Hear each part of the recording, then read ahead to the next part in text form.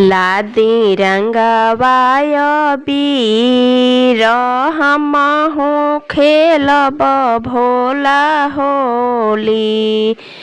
लादी रंगवाय बीर हमहु खेलब भोला होली।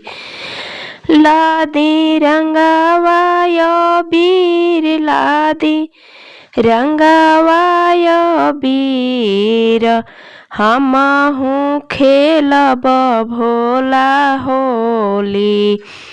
लादी रंगवाय बीर हमहु खेलब भोला होली। होलिया खेलन अइले राम दोनों भैया। राम दोनों भैया हो राम दोनों भैया।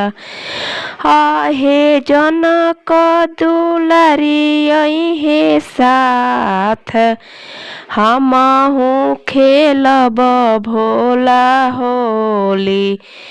होलिया खेलन अइहे श्री हरि विष्णु।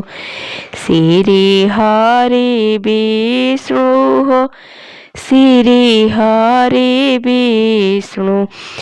आहे लक्ष्मी भवानी अइहे साथ हमहु खेलब भोला होली। लादी रंगवाय बीर हमहु खेलब भोला होली। होलिया खेलन अइहे कृष्ण कन्हैया। कृष्ण कन्हैया हो कृष्ण कन्हैया।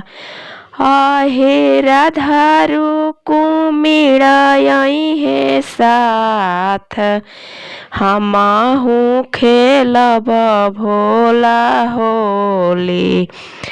लादी रंगवा गुलाल हमहु खेलब भोला होली। पहिले में दया मांगब दूसरा में चर्चा।